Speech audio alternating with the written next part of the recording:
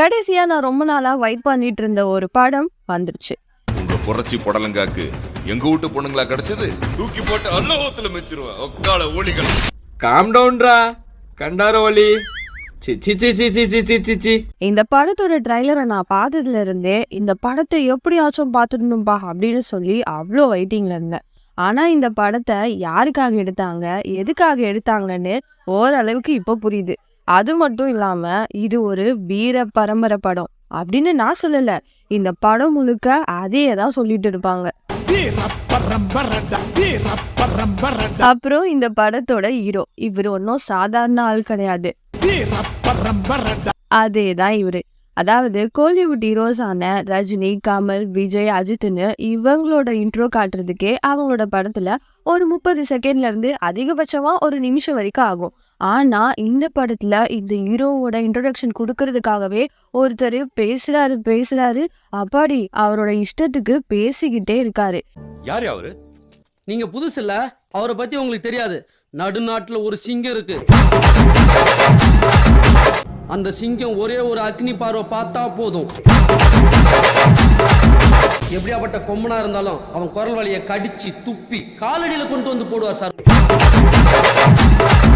காஞ்சிபுரத்துல இருந்து காவிரி கரை வரைக்கும் அவங்க கோட்டை, அங்க அவங்க வச்சதான் சட்டம். அவங்க பின்னாடி இருக்கிற கூட்டம் காசுக்காக சேர்ந்த கூட்டம் இல்ல, உரிமைக்காகவும் உணர்வுக்காகவும் போராடுற கூட்டம், ஓவி பிடிச்ச கூட்டம், போ செஞ்ச கூட்டம். அந்த கூட்டம் இருக்கிற வரைக்கும் அவரை தொடர முடியாது, தூக்க முடியாது. தனக்கு ஒண்ணா கூட தாய்க்குவாங்க, தலைவனுக்கு ஒண்ணா தலையே எடுத்துவாங்க.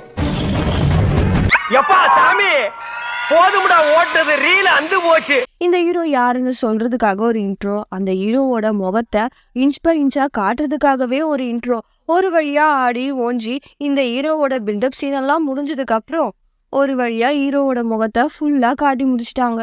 இப்போ நம்ம கிட்ட ஒருத்தவங்க வந்து எனக்காக இந்த ஒரு விஷயம் செய்வியா அப்படின்னு கேட்டா நம்ம என்ன சொல்லுவோம்? என்ன விஷயம்னு கேட்டுட்டு நம்மளால செய்ய முடியுமா முடியாதா அப்படின்னு சொல்லுவோம். ஆனா இங்க என்ன பண்றாங்கன்னு பாருங்க. எனக்கா ஒண்ணு செய்வியாடா?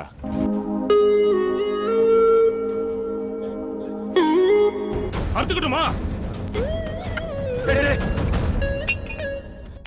இந்த விசுவாசம் தான்டா நம்ம ஜனங்களோட உயிர் நாடி. என்ன எதுக்கெல்லாம் கேக்குறது இல்ல, உடனே அருவா எடுத்து கழுத்துல வச்சுட்டாரு. அவ்வளோ விசுவாசம் இருக்கு.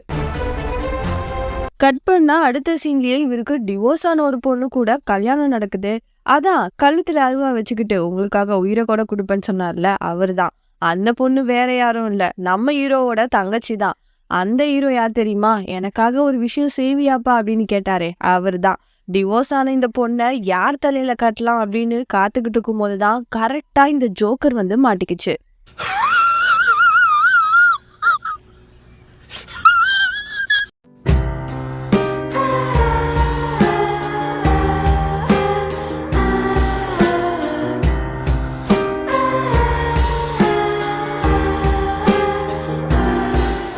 அதுக்கப்புறம் இந்த படத்துல எங்க பஞ்சாயத்து பிரச்சனை நடந்தாலும் வாய் பேசாது, அருவாதான் பேசும். ரூல்ஸ் பேசாது, டூல்ஸ் தான் பேசும். ஏன்னா இவங்க தான் எந்த அளவுக்கு வீர பரம்பரை அப்படின்னா அத நீங்களே பாருங்களேன்.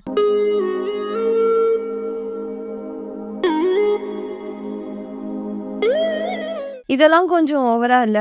+2 படிக்கிற ஒரு பொண்ணு கிட்ட போய் அருவா கொடுத்து, அதுவும் அவளோட ஸ்கூல் பேக்லயே வச்சு அனுப்புவாங்க. அந்த பொண்ணும் அந்த அருவா எடுத்து நடு ரோட்ல, அதாவது மெயின் ரோட்ல பஸ் ஸ்டாப்ல எல்லாரும் பாக்குறபடி ஒரு பையனை அப்படியே வெட்டி சாய்ப்பா.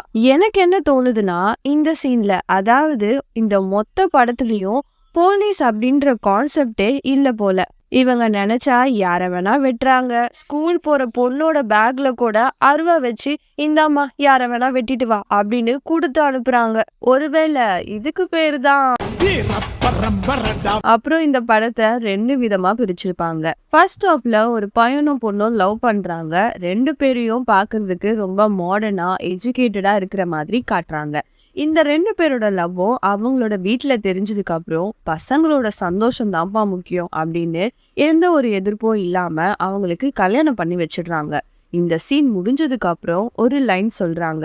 என்ன சொல்றாங்க அப்படின்னா, இப்போ எஜுகேட்டடா இருக்கிற இந்த ஃபேமிலியில லவ் பண்றாங்கன்னு பசங்க சொன்னதும் அவங்களுக்கு கல்யாணம் பண்ணி வச்சுட்டாங்க.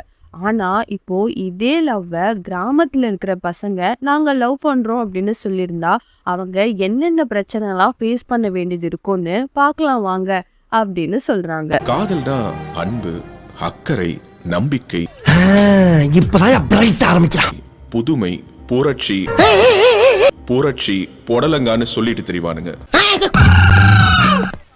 ஆனா அதை வச்சு அண்ணாச்சி கடையில 5 ரூபாய் துணி சோப்பு கூட வாங்க முடியாது. ஒரு சின்ன எதிர்ப்பு கூட இல்லாம இந்த காதல் ஜெயிச்சதுக்கான ஒரே காரணம் இந்த 2 பேரோட குடும்பத்துக்கும் தேவையான கல்வி அறிவும் இருக்கு, பொருளாதார மேம்பாடும் இருக்கு. அதனாலதான் இவங்க சந்தோஷத்தை இவங்களே முடிவு பண்ணிட்டாங்க. ஏதோ ஒரு குக்கிராமத்துல கல்வி அறிவு இல்லாம பொருளாதாரமும் இல்லாம இவங்க 2 பேரும் காதலிச்சா அந்த காதல் என்ன ஆகுதுன்னு பார்க்கலாம். இந்த மொத்த கதையுமே இப்படிதான் 2ஆ பிரிச்சு காட்டியிருப்பாங்க. இந்த கதையை எப்படி கொண்டு போய் முடிப்பாங்க அப்படின்னு நமக்கு நல்லாவே தெரியும். நினைச்ச மாதிரியே லவ் பண்ண 2 பேரையுமே வெட்டியே போட்டாங்க. இதுதான் வீர பரம்பரை படத்தோட கதை சுருக்கம். அப்புறம் இந்த படத்துல இருக்கிற ஒட்டுமொத்த சீன்லயே இந்த சீன் மட்டும் முகம் சுளிக்கிற அளவுக்கு கேவலமா இருக்கும். அந்த சீனை நீங்களே பாருங்களேன்.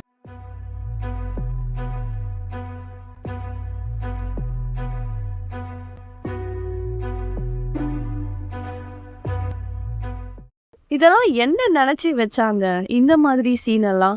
ஓவராலா இந்த படமே இந்த ரேஞ்சில தான் இருக்கும். அதாவது இந்த ஒரு சீனை எடுத்து வச்சிருக்காங்க இல்லையா, அந்த சீனை எப்படி எடுத்தாங்களோ அந்த மாதிரி தான் படத்தோட ரேஞ்சே இருக்கும். ஓவராலா ஒட்டுமொத்தமா இந்த படமே